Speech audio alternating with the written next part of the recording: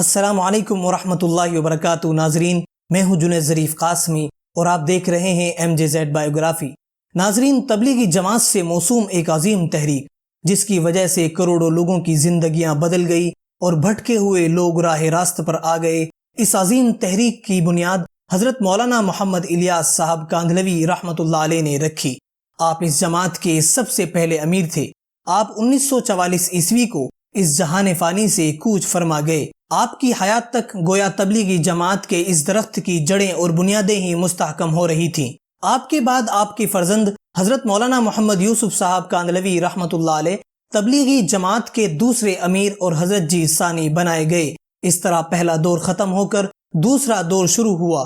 اس دور میں یہ جڑیں اور بنیادیں خوب پختہ اور طاقتور ہو کر ایک تناور درخت بن گئی۔ حضرت مولانا محمد یوسف صاحب کاندھلوی رحمۃ اللہ علیہ 21 سال جان و مال کی قربانی پیش کر کے 1965 عیسوی کو اس جہان فانی سے کوچ فرما گئے۔ آپ کے بعد حضرت مولانا محمد انعام الحسن صاحب کاندھلوی رحمۃ اللہ علیہ تبلیغی جماعت کے تیسرے امیر اور حضرت جی ثالث بنائے گئے۔ اس طرح دوسرا دور ختم ہو کر تیسرا دور شروع ہوا۔ اس دور میں تبلیغی جماعت کا دائرہ اور زیادہ وسیع ہو گیا اور تبلیغی کام دور دور تک پھیل گیا۔ ملک کی حدیں اور سرحدیں اس کے لیے گھر کا آنگن اور صحن بنتی چلی گئیں۔ حضرت مولانا محمد انعام الحسن صاحب کاندھلوی رحمۃ اللہ علیہ 32 سال سرگرم فکر و عمل رہ کر 1995 عیسوی کو اس جہان فانی سے رحلت فرما گئے۔ تو آئیے آج کے اس MJZ بایوگرافی کے ایپیسوڈ میں ہم تبلیغی جماعت کے تیسرے امیر حضرت جی ثالث حضرت مولانا محمد انعام الحسن صاحب کاندھلوی رحمۃ اللہ علیہ کے بارے میں گفتگو کریں گے۔ آپ حضرات سے درخواست ہے کہ ویڈیو کو لائک اور شیئر کر کے MJZ بایوگرافی کو سبسکرائب کر دیں۔ تو چلیے شروع کرتے ہیں۔ تبلیغی جماعت کے حضرت جی ثالث حضرت مولانا محمد انعام الحسن صاحب کاندھلوی رحمۃ اللہ علیہ کے والد ماجد حضرت مولانا محمد اکرام الحسن صاحب کاندھلوی رحمۃ اللہ علیہ ہیں۔ آپ کے والد حضرت مولانا اکرام الحسن صاحب کاندھلوی رحمۃ اللہ علیہ حضرت مولانا محمد الیاس صاحب کاندھلوی رحمۃ اللہ علیہ کے حقیقی بھانجے اور شیخ الحدیث حضرت مولانا محمد زکریا صاحب کاندھلوی رحمۃ اللہ علیہ کے پھوپھا زاد بھائی ہیں۔ حضرت مولانا محمد انعام الحسن صاحب کاندھلوی رحمۃ اللہ علیہ کے دادا کا نام حضرت مولانا حکیم رضی الحسن صاحب تھا، جن کا نکاح حضرت مولانا محمد الیاس صاحب کاندھلوی رحمۃ اللہ علیہ کی ہمشیرہ حمیرہ خاتون سے ہوا تھا۔ حضرت مولانا محمد انعام الحسن صاحب کاندھلوی رحمۃ اللہ علیہ کی ولادت 8 جمادی الاول 1336 ہجری 20 فروری 1918 عیسوی کو قصبہ کاندھلہ ضلع مظفر نگر UP موجودہ ضلع شاملی میں ہوئی۔ شروع ہی سے دینی تعلیم اور اخلاقی تربیت پر پوری توجہ رکھی گئی۔ اسی کا اثر تھا کہ اپنی عمر کے 10ویں سال میں آپ پورے کلام اللہ کے جید اور پختہ حافظ بن گئے تھے۔ والد ماجد نے تربیت کے معاملے میں شوق اور رغبت والے پہلو کو ترجیح دے کر سختی اور درستی سے احتراز فرمایا۔ قرآن شریف کی تعلیم کے ساتھ ہی فارسی اور اردو کی تعلیم بھی شروع ہو گئی تھی۔ مولانا حکیم عبدالحمید صاحب نے ابتدائی کتابیں اصول صرف و نحو اور بوسطہ تک فارسی کی تمام کتابیں پڑھائی۔ چند سبق مولانا رضی الحسن سے بھی پڑھے۔ 1930 عیسوی میں فارسی نصاب کی تکمیل کے بعد حضرت مولانا محمد الیاس صاحب کاندھلوی رحمۃ اللہ علیہ آپ کو اپنے ہمراہ نظام الدین دہلی لے گئے۔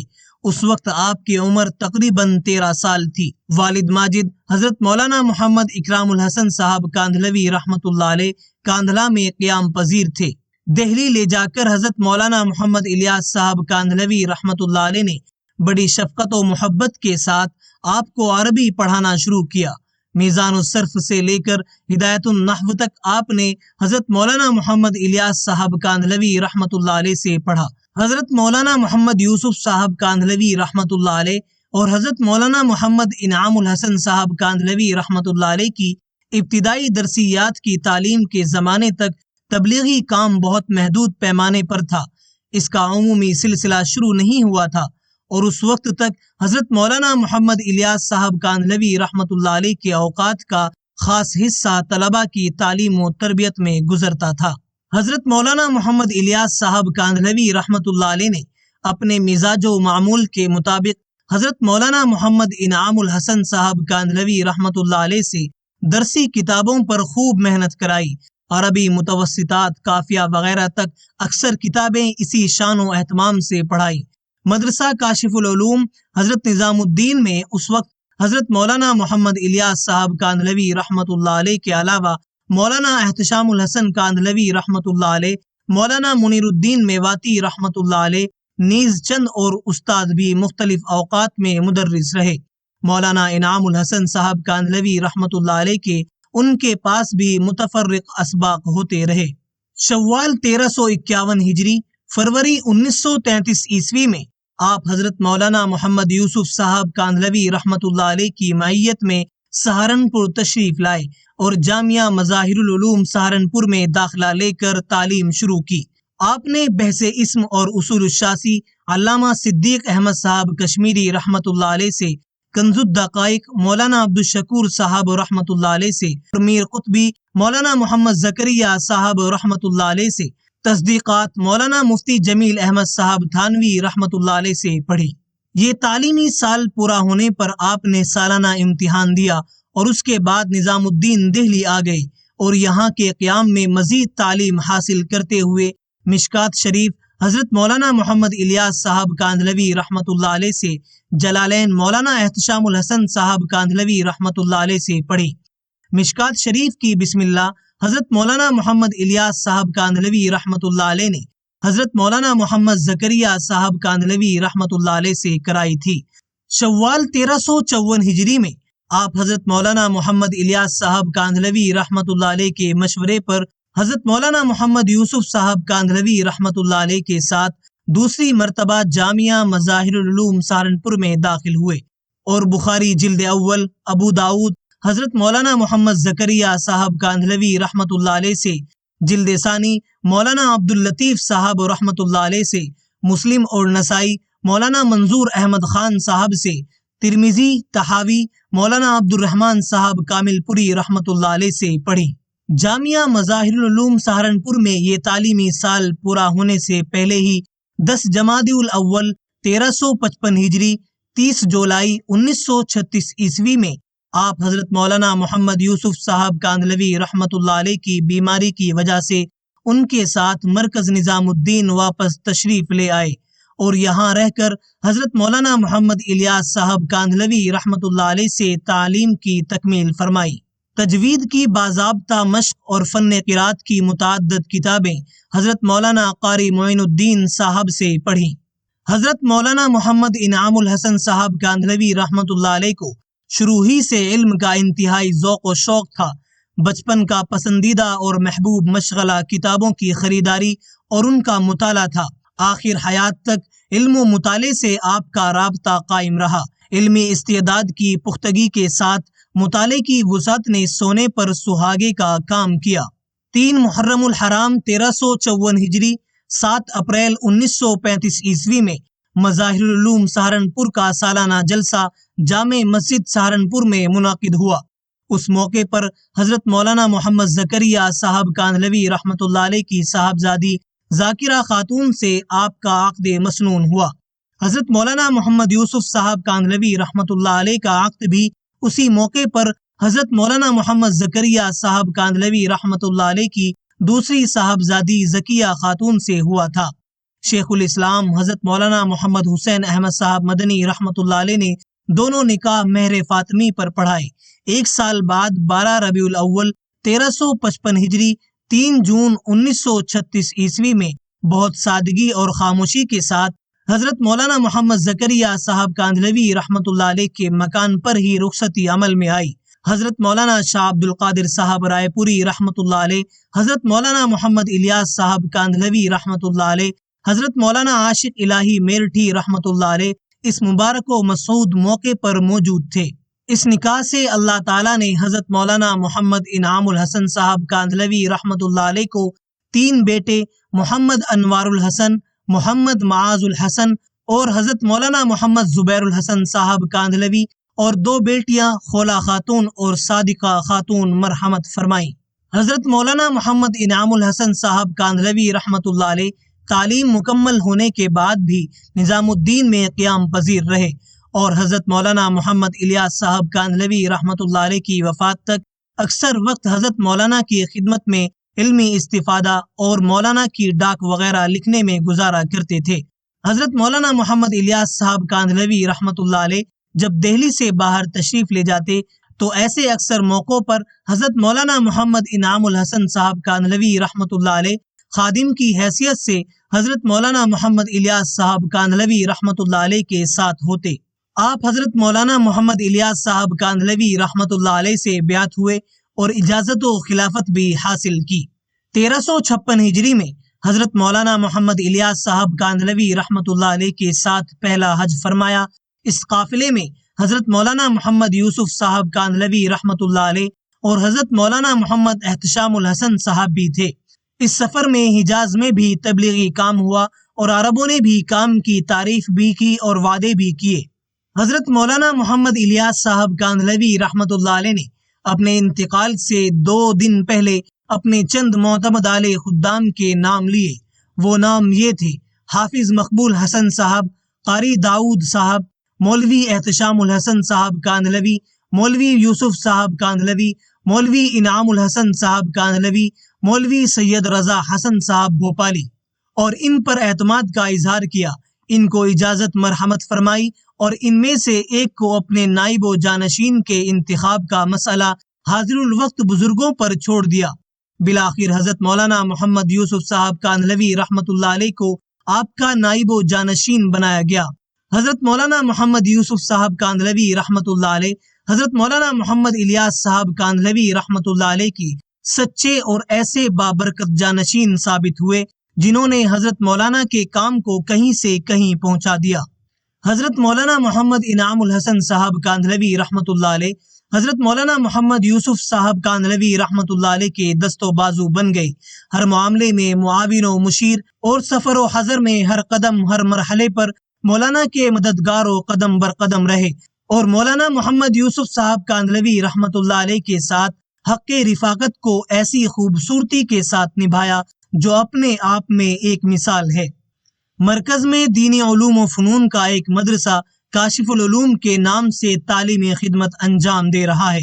حضرت مولانا محمد یوسف صاحب کاندھلوی رحمۃ اللہ علیہ کی زندگی میں اس ادارے کے محتمم و منتظم حضرت مولانا محمد انعام الحسن صاحب کاندھلوی رحمۃ اللہ علیہ تھے۔ اس مدرسے میں درس نظامی کی تعلیم مشکات و جلالین تک تھی۔ حضرت مولانا محمد یوسف صاحب کاندھلوی رحمۃ اللہ علیہ کی خواہش تھی کہ یہاں دور حدیث شریف کا آغاز بھی ہو جائے۔ شیخ الحدیث حضرت مولانا محمد زکریا صاحب کاندھلوی رحمۃ اللہ علیہ کے مشورے سے ربیع الاول 1375 ہجری میں یہاں دور حدیث شریف کا آغاز ہوا اور حضرت مولانا محمد یوسف صاحب کاندھلوی رحمۃ اللہ علیہ، حضرت مولانا محمد انعام الحسن صاحب کاندھلوی رحمۃ اللہ علیہ، حضرت مولانا عبید اللہ صاحب بلیاوی رحمۃ اللہ علیہ کتب سیاح کے اساتذہ منتخب کیے گئے۔ آپ تبلیغی ذمہ داریوں اور مدرسہ کاشف العلوم کے منصب اہتمام کے ساتھ درس و تدریس کی ذمہ داری بھی بخوبی نبھاتے تھے۔ بخاری شریف کا درس کم و بیش 12 سال آپ کے یہاں ہوتا رہا۔ آپ کے درس بخاری شریف کا شہرہ دور دور تک پہنچا ہوا تھا۔ بخاری شریف پر آپ کی نگاہ بڑی عمیق و وسیع تھی۔ بخاری شریف پڑھانے کے زمانے میں آپ نے تراجم و ابواب بخاری پر محققانہ اور محدثانہ حیثیت سے جو یادداشتیں قلم بند فرمائی وہ علم حدیث اور خاص طور پر بخاری شریف پر ایک قابل قدر علمی ذخیرہ ہے۔ حضرت مولانا محمد زکریا صاحب کاندھلوی رحمۃ اللہ علیہ نے بھی اپنی مشہور تالیف الابواب والتراجم للبخاری کی تالیف کے زمانے میں آپ کی ان یادداشتوں کا مطالعہ فرمایا تھا اور اس کی تعریف فرمائی تھی۔ درمیان میں کچھ عرصے حضرت مولانا محمد انعام الحسن صاحب کاندھلوی رحمۃ اللہ علیہ طویل مدت تک مریض رہے۔ یہ پورا وقت کاندھلا میں گزرا۔ کاندھلا کے اس قیام کے دوران راہ سلوک کے بڑے مجاہدے فرمائے اور منازل طے فرمائے۔ 29 ذی قعدہ 1384 ہجری 12 اپریل 1965 عیسوی جمعے کے دن حضرت مولانا محمد یوسف صاحب کاندھلوی رحمۃ اللہ علیہ کا انتقال ہوا۔ حضرت مولانا محمد انعام الحسن صاحب کاندھلوی رحمۃ اللہ علیہ ہمیشہ کے معمول کے مطابق اس آخری سفر میں بھی آپ کے ساتھ تھے۔ آپ کا جنازہ نظام الدین لایا گیا اور اگلے دن مرکز کے ایک حصے میں تدفین عمل میں آئی۔ حضرت مولانا محمد یوسف صاحب کاندھلوی رحمۃ اللہ علیہ کے انتقال کے بعد سب سے بڑا مسئلہ جس کی نزاکت اور اہمیت کا احساس ہر درد و فکر رکھنے والے کو ہو رہا تھا پیش آ گیا۔ مولانا کی نیابت کا کام آسان نہ تھا، اس کے لیے وہی جگر رکھنے والا آدمی چاہیے تھا جو ذہنی، دماغی اور قلبی حیثیت سے مولانا ہی کی طرح تبلیغی دعوت سے تعلق رکھتا ہو اور شروع ہی سے سفر و حضر میں ساتھ رہا ہو۔ اس لحاظ سے نظریں حضرت مولانا محمد انعام الحسن صاحب کاندھلوی رحمۃ اللہ علیہ پر پڑ رہی تھیں، جو حضرت مولانا محمد یوسف صاحب کاندھلوی رحمۃ اللہ علیہ کے بچپن سے ہمہ وقت کے ساتھی اور دست راست، ایک بڑے عالم و فاضل شخصیت کے مالک حضرت مولانا محمد الیاس صاحب کاندھلوی رحمۃ اللہ علیہ کے معتمد علیہ، مجاز اور تبلیغی دعوت کے در حقیقت دماغ تھے۔ حضرت مولانا محمد یوسف صاحب کاندھلوی رحمۃ اللہ علیہ نے ہمیشہ انہی کے مشورے سے کام کیا اور ان کی رفاقت و صحبت، مشوروں اور آراء پر اطمینان اور اعتماد رکھا۔ شیخ الحدیث حضرت مولانا محمد زکریا صاحب کاندھلوی رحمۃ اللہ علیہ نے کام کو دیکھتے ہوئے کہ کام کرنے والوں کو اگر اعتماد و بھروسہ ہو سکتا ہے تو حضرت مولانا محمد انعام الحسن صاحب کاندھلوی رحمۃ اللہ علیہ کی ذات پر ہو سکتا ہے۔ مشورے سے ان کو حضرت مولانا محمد یوسف صاحب کاندھلوی رحمۃ اللہ علیہ کا نائب، دعوتی کام کا ذمہ دار اور امیر بنا دیا۔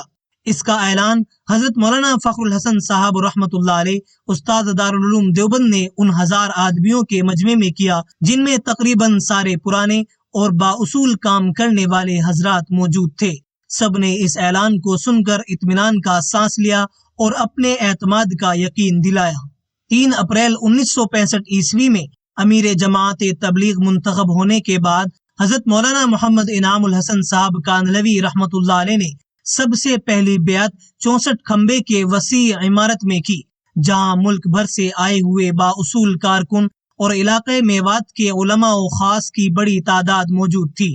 بیعت سے پہلے حضرت مولانا محمد یوسف صاحب کاندھلوی رحمۃ اللہ علیہ کے صاحبزادے حضرت مولانا محمد ہارون صاحب کاندھلوی رحمۃ اللہ علیہ نے ایک درد انگیز تقریر کی، جس میں مجمع کو صبر و ہمت کے ساتھ دعوتی کام میں مشغول ہونے اور حضرت مولانا محمد انعام الحسن صاحب کاندھلوی رحمۃ اللہ علیہ کو اپنا امیر تسلیم کرنے کی ترغیب دی۔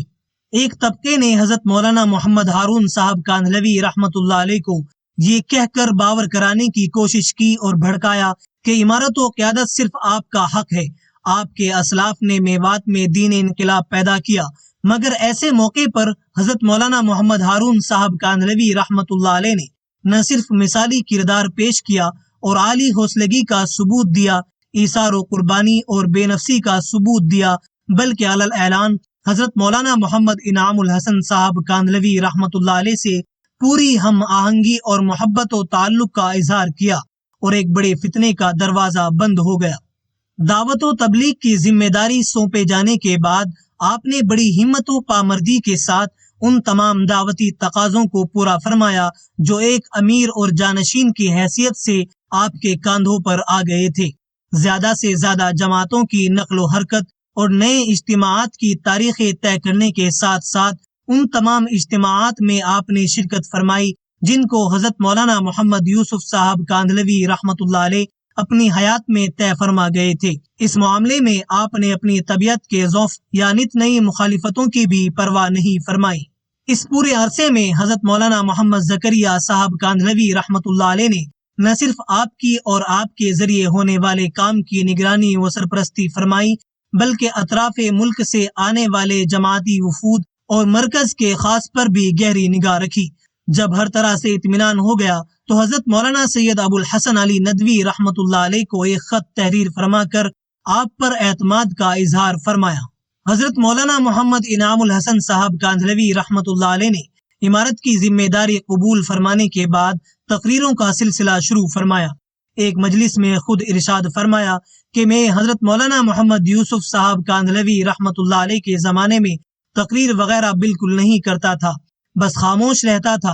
ان کے انتقال کے بعد جب تقریر شروع کی تو صرف احادیث اور ان کا ترجمہ و مطلب بیان کر دیتا تھا، کیونکہ ساری عمر درس و تدریس کی تھی، احادیث خوب یاد تھی، لیکن جب بعض لوگوں نے اس کی نقل اتارنی شروع کی اور وہ بھی تقریروں میں احادیث پڑھنے لگے تو پھر میں نے احتیاطاً اپنی تقریر کا یہ طرز بدل دیا۔ جن لوگوں نے حضرت مولانا انعام الحسن صاحب کاندھلوی رحمۃ اللہ علیہ کے دور امارت کو پورے طور پر قریب سے دیکھا ہے وہ جانتے ہیں کہ ابتدا میں آپ کی تقریریں بہت مختصر ہوتی تھی اور پھر ان میں اوقات کے اعتبار سے بتدریج اضافہ ہوتا گیا، یہاں تک کہ 2 گھنٹے آپ بلا تکلف تقریر فرما لیا کرتے تھے۔ اس کے بعد عوارض اور طبی ضعف کی وجہ سے آہستہ آہستہ آپ کے بیانات پھر اتنے ہی مختصر اور محدود ہو گئے جتنے کے ابتدا میں تھے۔ اسی طرح عوامی و اجتماعی تقریروں میں ایمان، اعمال صالحہ، حشر و نشر، آخرت و عقائد صحیحہ پر خود بھی زور دیتے اور دیگر مقررین حضرت مولانا محمد عمر صاحب اور حضرت مولانا احمد لاڈ صاحب وغیرہ کو بھی اسی طرف متوجہ فرمایا کرتے تھے کہ آج امت میں سے کلمہ، نماز اور آخرت نکلتی جا رہی ہے، اسی طرف ان کو لانا ہے۔ اسرار و رموز اور علت و حکمتوں کی ان کو ضرورت نہیں، اعمال صالحہ اگر امت کی زندگیوں میں آ گئے تو اس کا بیڑا پار ہو جائے گا۔ آپ کی تقاریر نہایت جامع اور پرمغز ہوتی تھی، چھوٹے چھوٹے مختصر جملے اور ان میں جچی تلی نصیحتیں اور فہمائشیں، درد و فکر اور سوز و گداز سے بھرپور لب و لہجہ، یہ آپ کی تقریری خصوصیات تھی۔ آپ کو سننے والا صاف محسوس کر لیتا اور اس کا احساس اس یقین کے ساتھ بدل جاتا تھا کہ یہاں تقریر میں تاثیر الفاظ سے نہیں بلکہ اخلاص اور جذب اندروں سے ہے۔ حضرت مولانا محمد انعام الحسن صاحب کاندھلوی رحمۃ اللہ علیہ نے جن اجتماعات میں بنفس نفیس شرکت کی اور ان کو خطابات اور ہدایات و مشوروں سے نوازا، ان کی تعداد یقیناً ہزاروں میں ہے۔ آپ نے اندرون ملک ہندوستان میں بے شمار دعوتی و تبلیغی اسفار کیے اور مختلف جگہوں پر اجتماعات منعقد کرائے، جن میں حیدرآباد، بجنور، میرٹھ، دہلی کالج، سہارنپور، سورت، بلند شہر، مظفر نگر، بتیا، کرتپور، لکھنؤ، راجستھان، بڑودہ، بنگلور، گجرات، جے پور، شاملی، باغپت، بہار، کانپور، جھنجھانا، بھوپال، بھاگلپور، جھانسی وغیرہ شامل ہے۔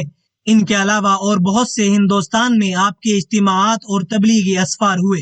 میوات کا سفر تو آپ نے بہت مرتبہ کیا اور تاج المساجد بھوپال کے اجتماع بھی کثرت سے منعقد ہوئے۔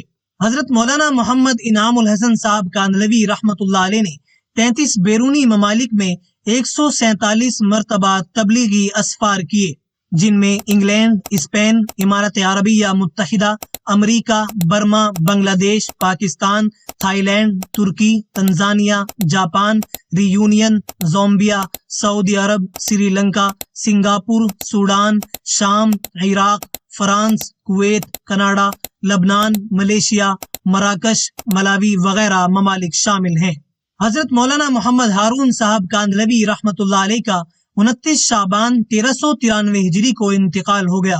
نماز جنازہ حضرت مولانا محمد انعام الحسن صاحب کاندھلوی رحمۃ اللہ علیہ نے پڑھائی۔